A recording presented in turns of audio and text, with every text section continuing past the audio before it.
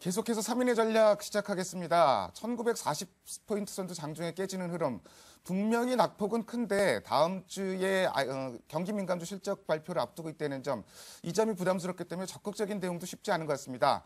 자, 이런 흐름 어떻게 대응해야 될지 3인의 전략에서 알아보도록 하겠습니다. 오늘 이 시간에는 머니투데이 방송의 이학영 전문위원과 SK증권의 고승희 연구원 두 분과 함께합니다. 안녕하십니까? 안녕하세요. 시장 중심이 되는 키워드를 알아봅니다. 5위부터 3위까지의 키워드를 화면을 통해서 확인해 보도록 하겠습니다. 오늘의 5위 키워드는 동아제약 국민연금 분할 반대입니다. 국민연금이 동아제약의 회사 분할 및 지배구조 개편에 반대 입장을 정했습니다. 그럼에도 불구하고 동아제약 주가는 상승세를 보이고 있습니다. 4위 키워드는 금융주 선전입니다. 시장이 낙폭을 늘린 가운데 금융주가 선전하고 있습니다. 올해 실적 회복과 규제 완화로 상승곡선을 그릴 것으로 기대하는 시각도 일부 존재하고 있습니다. 3위 키워드는 전차 급락세입니다. 환율이 급등한 가운데 오늘도 자동차 대형주들이 급락하고 있습니다. 삼성전자도 낙폭을 이어가면서 시장 하락을 부추기고 있습니다. 오늘 시장 급락하고 있는데 그나마 선전하고 있는 게 은행이라든지 보험, 금융주가 선전하고 있습니다. 그래서 일회성 흐름인지 조금 더 이어질지 이학영 위원은 어떻게 보십니까? 네, 그 업종별로 몇 가지 구분해서 그 재료가 있다 그러면 재료 한번 찾아보는 것이 의미가 있어 보이네요. 보험주는요, 최근 들어서 강한 흐름을 보이는 것이 삼성생명의 주도가 있지 않겠습니까? 신정부와 출범과 때로 맞춰서요. 여하튼 그 전부터 물론 추진은 됐던 거겠지만은요. 금융종합소득과세 기준을 4천만 원에서 2천만 원을 내린 것이 일단 보험회사에는 큰 도움이 됐다고 하죠. 왜냐하면 은행에 예금이 빠져나와 갔고요. 또 하나 이제 시장에 히트 상품을 올려오고 있는 즉시연금제도 있지 않습니까? 개인당 2억 원, 부부 합산 4억 원까지의 어떤 비과세 부분인데 이쪽으로 돈이 엄청나게 몰려들었다는 거 다시 소식을 들으셨을 텐데요. 그런 것이 어떤 뉴스 모멘텀이 된 것이 분명히 사실이 되겠습니다. 또한 이제 금리가 추가적인 하락 가능성도 있겠지만은요, 이제 거의 다 와 있다는 측면에서 보면 금리 하락에 따른 그동안의 상대적 부진에서 벗어날 수 있다는 그런 장기적인 기대감도 있겠지만 기본적으로는 앞서 말씀드렸던 뉴스 모멘텀과 삼성생명이 상당 기간 상장한 이래 주가가 오히려 코스피 대비로요 한 29%에서 30% 정도 언더퍼폼했기 때문에 그에 대한 반작용이 좀 와 있다라는 생각 갖고 있습니다. 다음은 은행주인데요. 은행은 미국의 금융주에 대한 상승세가 가장 큰 심리적인 어떤 매수의 어떤 의지를 가져다 주었겠죠. 거기다가 신정부의 주택 시장 회복에 대한 기대감, 이것이 결국 은행이라든가 건설에 대한 어떤 모멘텀으로 작용한 건 사실이 되겠습니다. 다만 미국 은행과 우리나라 은행과는 시스템이라든가 경영 상황이 많이 다르다는 것은 분명히 다시 한번 확인드리겠고요. 다음은 증권이 되겠습니다.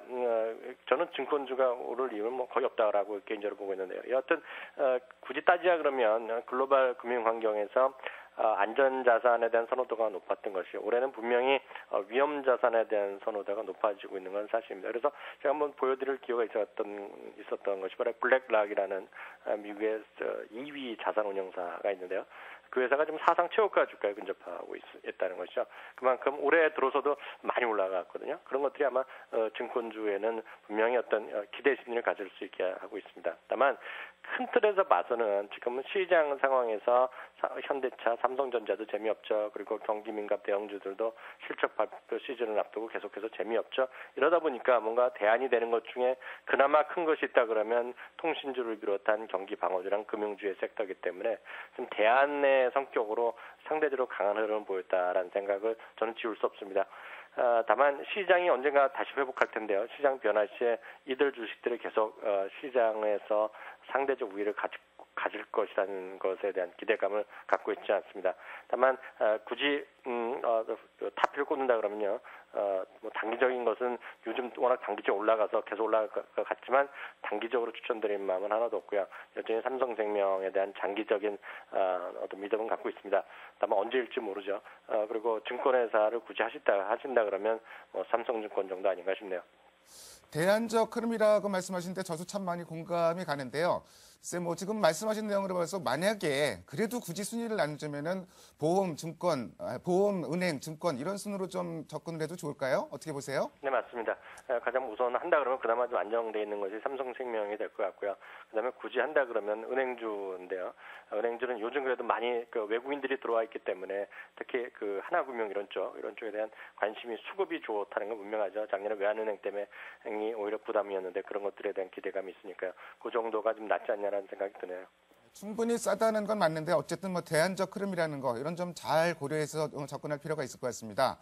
환율 시장이 다시 또 불안해집니다. 달러의 환율이 90엔대로 다시 올라왔는데요.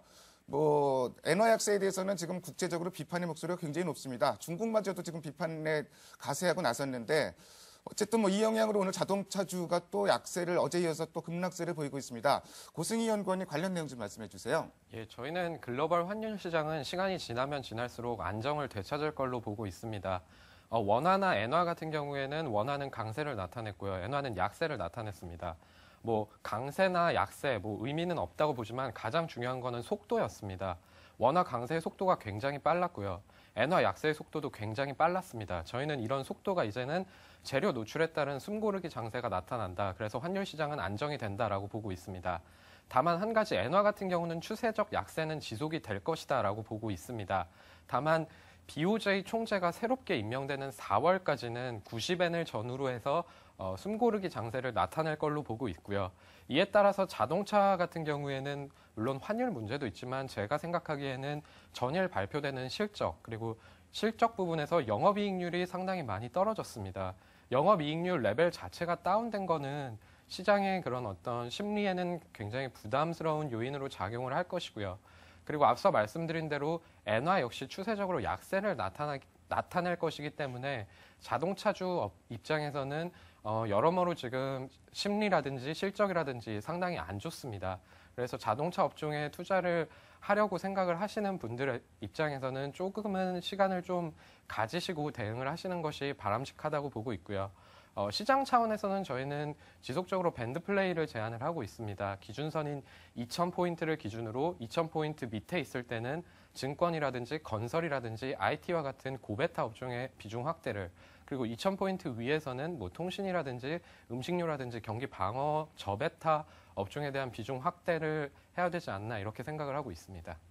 일단 엔화 환율 뭐 속도 조절만 되더라도 우리 시장에 큰 부담은 좀 덜어질 것 같은데 다시 엔화 약세가 나타나니까 심리적인 면도 상당히 좀 부담을 주고 있는 게 사실인 것 같습니다.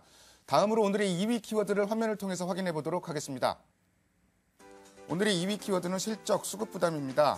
실적 시즌 아주 우울한 실적 시즌입니다.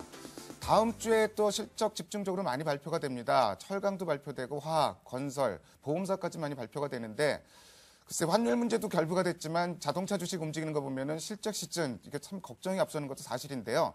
이학년 위원은 어떻게 보십니까? 네, 그 이번 실적 시즌에 돌입해서요. 가장 우리가 좀 중요시 여겨야 될 것이 있습니다. 뭐냐면 이미 뭐 다들 아시겠지만은요. 이번 실적 시즌 앞두고요. 4분기 실적 시즌 앞두고 계속해서 실적 전망 자체가 하향 조정됐습니다. 대표적인 주식 중에서는요. 실적 전망을 상향시켜 왔던 것이 딱 두 개밖에 없습니다. 그것이 바로 삼성전자랑 LG 디스플레이가 되겠는데요. 공교롭게도 삼성전자 지금 사상 최대 실적 냈죠.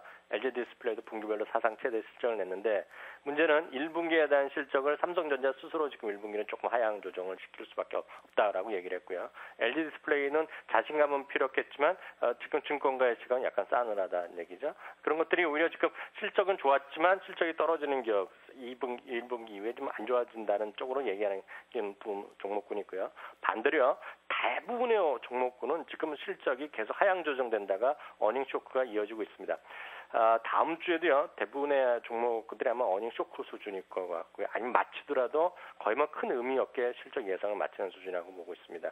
그러면 1분기는 어떠냐? 1분기는요, 그나마 다행스러운 것이요. 4분기까지 그동안 계속 하향 조정됐고 실적이 부진했던 것과 달리요. 1분기는 우리나라 전체적인 업종인의 한 105개 대형사들 대형 상장사의 실적 조사해 보니까요. 평균적으로 직하면 15에서 17% 정도, 많게는 20%까지 영업이익이 전분기, 즉 4분기보다 늘어나는 것으로 나타나고 있습니다. 재미나는 것은요.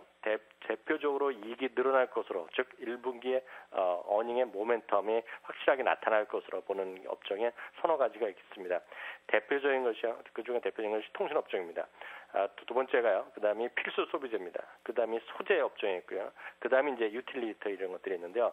재미나는 것은요. 소재를 제외하고 나머지 세 개는 최근 장세에서 오히려 크게 두각을 나타내는 겁니다. 통신업종, 말씀 안 드려도 잘 아실 거고요. 필수 소비재, 대표적인 것이 음식료 되겠는데요. CJ제일제당, 요즘 뭐 쉬고 있지만 그동안에 음식료가 잘 나갔던 건 워낙 잘 아실 겁니다. 그리고 한전이 이제 흑자 전환 때문에요. 유틸리티가 부각되는데, 한전 같은 것도 뭐 완전히 살아있고 지금도 살아있는 주식군이죠. 그러면 뭐겠느냐. 그런 것들이 계속 갈지 어떨지 모르겠지만요. 제가 오히려 관심 갖고 있는 것은 소재 업종이 되겠습니다. 그것은 실적이 안 좋았기 때문에요. 특히 이제 좋아질 것이라는 것이 가는 것이고요. 그 대표적으로 분류되는 것이 이제 롯데케미칼, 동국제강 이런 것들인데요. 이런 것들이 아마 4분기 대비 100% 이상 영업이익 증가가 지금 증권사에서 예상, 일관되게 좀 얘기를 하고 있습니다. 물론 퍼센트는 약간씩 다르지만요. 그렇기 때문에 다음 주에 아마 그는 여전히 그런 것들 다 실적이 안 좋게 나오겠지만 그런 실적이 좋아지는 것들의 종목군이 몇 개 있는데요. 그런 것들이 정말 향후의 실적이 반영되면서 주가가 전반적으로 살아 올르든지요. 아니면 실적의 쇼크가 계속하고 뱅가드 때문에 주가가 더 떨어질지 이런 양단간의 결단. 그래서 제가 주초부터 주말과 주초에 시장이 분기점이 있다는 것이 이미 지금 중간쯤까지 보면 좀 하락조로 보이겠는데요. 다음 주초에도 계속 변곡점은 계속 있다. 한 말씀드리고 싶네요. 아무래도 뭐 이번 어닝 시즌의 핵심은 소재주가 될 것 같습니다. 소재주 4분기 실적은 뭐 부진할 거 어느 정도 좀 예상을 하고 있는데 이게 시장이 어느 정도 반응을 보일지가 상당히 포인트가 될 것 같고요. 어쨌든 실적 발표를 전후해서 시장이 저점을 찾아가는 과정이 전개됐으면 좋겠습니다.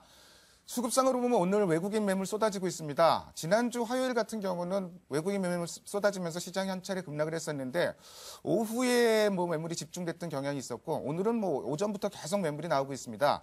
고승희 연구원이 수급 상황 좀 체크해 주세요. 네, 이번 주 같은 경우에는 외국인은 5거래일 모두 다 매도세를 기록을 했습니다. 그러한 부분의 원인을 살펴보면 가장 큰 부분은 베이시스 자체가 이론 가격을 하회를 하면서 프로그램 매도 물량이 상당히 많이 나왔습니다. 저희는 1월부터 2월까지는 숨고르기 장세를 예상을 하고 있었는데요. 그중에 가장 큰 원인 중 하나는 외국인의 프로그램 매도 물량이 출회가 될 것이다라고 보고 있었습니다. 외국인 입장에서는 지금 원화 강세에 따른 환차익을 상당히 많이 먹은 상태고요. 지수 입장에서도 상당 부분 2012년 하반기부터 상당히 수익이 많이 있었을 겁니다. 그래서 지금 원달러 환율이 여기서 추가적으로 하락하지 않는다, 환율 시장이 안정된다는 어떤 시장의 컨센서스가 있기 때문에 프로그램 관련한 매도는 향후에도 지속적으로 출회가 될 것이다. 저희는 이렇게 보고 있습니다. 따라서 외국인의 매도는 앞으로도 상당 기간 지속될 걸로 보고 있고요. 다만 이 외국인의 매도를 누가 받아줄 것이냐 하는 문제입니다. 저희는 연기금리를 중심으로 한 기관이 지금 현재 레벨에서는 충분히 주식을 받을 수 있다라고 보고 있고요. 1950포인트 기준으로 했을 때 12개월 예상 PER이 8.4배 수준입니다. 통상 금융위기와 같은 시스템 리스크가 있었을 때 밸류에이션이 한 8배 이하로 떨어진다는 점을 감안을 했을 때 지금 현재 상황은 밸류에이션 매력이 굉장히 높은 구간이다. 저희는 이렇게 보고 있습니다. 따라서 외국인의 매도세는 앞으로도 상당 기간 나오겠지만 이것을 연기금이라든지 투신권이라든지 기관을 중심으로 매수세가 유입이 될 것이기 때문에 수급적인 측면에서 시장이 여기서 조금 더 빠지지는 않을 것이다. 저희는 이렇게 보고 있습니다. 연기금의 역할론이 상당히 뭐 여러 군데서 뭐 중요하다고 얘기들을 많이 합니다. 역시 뭐 연기금 상당히 좀 중요한 것 같고요. 참고로 이제 오늘 나오는 물량이 뱅가드 물량인지 다른 물량인지 이거는 뭐 판단하기 어렵습니다. 근데 뱅가드 같은 경우는 대략 목요일부터 시작해서 목, 금, 월, 화, 수 이렇게 뭐 주간 단위로 정산이 된다는 얘기가 좀 많은데요. 만약에 그렇다고 가정을 한다 그러면은 글쎄 오늘 물량 나오면은 다음 주 초반 정도는 좀 매물 부담은 조금 약해지지 않을까. 뭐 이런 뭐 근거는 약하지만 이런 기대도 조금은 가질 수 있는 것 같습니다. 다음으로 오늘의 2위 키워드를 화면을 통해서 확인해 보도록 하겠습니다. 오늘의 1위 키워드는 코스피 1930포인트 선 추락입니다. 지금 1940포인트 선 공방인데 상당히 좀 어렵습니다. 흐름. 오늘 이렇게까지 흘러내릴 거라고 생각한 투자자분들 별로 없었을 것 같은데 다음 주에는 글쎄요. 다음 주에도 역시 제일 중요한 부분은 기업 실적일 것 같은데 그에 못지않게 이제 매크로 지표들도 발표가 됩니다. 중국 지표들 최근에 워낙 좋게 나왔고 미국의 지표들도 최근에 상당히 좋게 나오는데 다음 주 후반 정도에 또 지표가 집중돼서 발표되는 것 같습니다. 고승영 의원이 관련 내용 좀 정리해 주시고요. 대응 전략도 좀 세워주세요. 다음 주 같은 경우에는 굉장히 중요한 지표들이 많이 나옵니다. 가장 중요한 거는 미국의 4분기 GDP가 될 것이고요. 그다음 FOMC가 예정이 되어 있고 미국 ISM 제조업 지수 그리고 고용 보고서가 예정이 되어 있습니다. 가장 중요한 거는 미국의 4분기 GDP가 될 것입니다. 지금 시장의 컨센서스는 전 분기 대비 연율화해서 1.3% 성장을 한다 예상을 하고 있고요. 3분기 3.1% 대비해서 큰 폭으로 조금 둔화가 되는 모습입니다. 근데 예상치가 낮아졌다는 점에서 시장은 상당 부분 생각을 하고 있을 것이고요. 관건은 미국의 민간 소비가 얼마나 증가를 할 것이냐 그 부분이 될 것 같습니다. 저희는 민간 소비는 앞으로도 지속적으로 개선이 된다고 보고 있고요. 그렇게 보고 있는 이유는 미국의 소비자 신용이라든지 모기지 재금융 신청 건수가 금융위기 이전 수준으로 회복을 했습니다. 대출이 늘어나면서 미국 가계의 소비 여력이 늘어났다는 것이죠. 앞으로도 이런 추세는 지속될 걸로 보고 있습니다. 그래서 미국 GDP 같은 경우에는 민간 소비가 어떻게 나오냐 그것이 관건이 될 것 같고요. FOMC는 시장의 중립적인 요인이 될 것 같습니다. 이미 12월에 추가 양적 완화를 했기 때문에 여기서 공격적으로 좀 더 강한 스탠스가 나오기는 어려울 것이다라고 보고 있고요. ISM이나 민간 고용 같은 경우는 시장의 예상치를 부합하는 수준이 나오지 않을까 생각을 하고 있습니다. 전반적으로 지역 제조업 지수라든지 또 그 신규 실업수당 청구 건수라든지 크게 변하지 않았습니다. 이에 따라서 이들 경제지표 같은 경우에는 시장의 중립적인 요인이 될 것이다. 결국에 다음 주의 관건은 국내에서 발표되는 기업 실적이 시장 예상치를 상회하냐 하회하냐 여부가 될 것 같습니다. 다만 중장기적인 측면에서 봤을 때 개선되는 미국 그리고 중국의 G2 매크로 지표 개선을 감안을 했을 때 중장기적으로 지금 현재 코스피 지수의 레벨은 상당히 매력적이다. 저희는 이렇게 생각을 하고 있습니다. 참고로 미국의 ISM 제조업 지수는 매달 1일 날 발표가 되고 고용 보고서는 첫 번째 금요일 날 발표가 됩니다. 근데 공교롭게도 이번에는 다음 주 금요일이 2월 1일이기 때문에 두 지표가 동시에 발표된다는 거 이런 점도 참고해 두시면 좋을 것 같습니다. 오늘 장중 1940포인트 선도 깨지고 있는데 지지선은 어떻게 봐야 될지 또 이런 흐름이라면 사실 중소형주나 코스닥이 대안이 되긴 어려울 것 같은데 어떻게 대응해야 될지 이학년 위원이 그 대응 전략 좀 세워주십시오. 네, 그 반복된 얘기지만요. 제가 이제 1970이 상당히 중요하다고 말씀드린 것들 아마 많은 분들 기억하실 것 같습니다. 그 어제도 계속 강조드렸다시피 일단 지선이 한번 이탈하면요, 주시장은 충격을 좀 받을 수밖에 없습니다. 그리고 1973, 80선이 상당히 오랜 기간 동안 지선 역할을 해왔고요. 마디마디 지켜냈던 선이기 때문에요.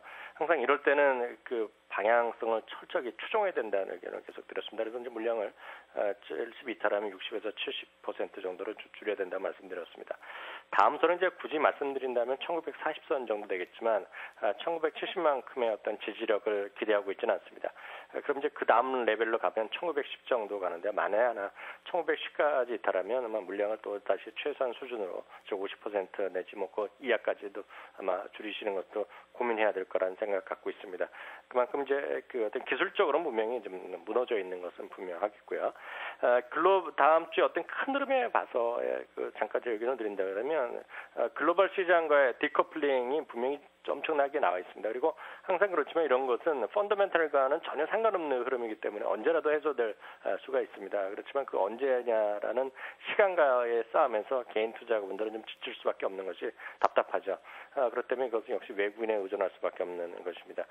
반대로요, 그 어떤 디커플링의 어떤 해소 기대감이 있지만 여전히 뱅가드 펀드가 정말 물량이 얼마나 나온지 쓰는 것은 저는 중요하지 않다고 생각하고 있고요. 그에 따른 어떤 기계적 물량 내지는 그것에 따른 수급적 압박, 심리적 압박이 분명히 시장을 억누르고 있다는 것 자체 간과해서는 안 된다는 생각 갖고 있습니다. 장기적인 정말 지선 역할을 했던 점은 이탈하면 다시 한번 말씀드리지만 제 의견은 이렇습니다. 대안주라고 얘기하는 것들이요. 뭐 코스닥이 됐건 그것이 뭐 방어주가 됐건 뭐 테마주가 됐건 이런 것들이 모두 뭐 단적으로 말씀드리면 그런 것의 대안의 역할은 힘이 빠질 수밖에 없다라는 생각을 좀 완곡하게나마 드리고 싶습니다. 그런 역할이 무의미했던 경험이 많고요. 오히려 시장이 어느 계기에 의해서 반등할 때 되면 그런 것들이 반등하는 것이 아니죠. 큰 것들이 움직일 수밖에 없습니다. 만에 하나 지금 시장이 반등한다 그러면 무슨 이유가 됐건 간에 외국인이 뭐 갑자기 사는 날이 될 거고요. 아니면 또 연기금이 무슨 일이 있었든지 갑자기 하루에 3, 4천하고 살 수도 있죠. 근데 연기금이 중소형주를 사겠습니까? 지금 테마주를 사겠습니까? 경기 방어주를 갑자기 사겠습니까? 지수를 끌어올리는 게 중요한데 저는 그런 것은 아니라고 보고 있고요. 일단은 지금은 전체 물량을 어느 정도 축소해놓은 상태에서 보수적으로 대응하셔야 될 것 같고요. 뭐 지금까지 못 줄이신 분이라면 최소한 사서는 안 된다는 생각을 갖고 있고요. 1940이나 1910 정도 의미를 각각의 마음속에 선을 갖고 대응하는 것이 나아 보입니다. 수급에 의해서 시장이 휘둘리기 때문에 언제 저점을 확인하고 올라갈진 뭐 시기를 예측할 수는 없겠지만 만약에 저점 확인하고 올라간다면 이번엔 질적으로 많이 변할 수 있다는 점. 다시 말씀드려서 뭐 경기 민감주라든지 대형주가 주도할 수밖에 없는 환경이 갖춰져 가고 있다는 점. 이런 점도 참고해서 접근할 필요가 있을 것 같습니다.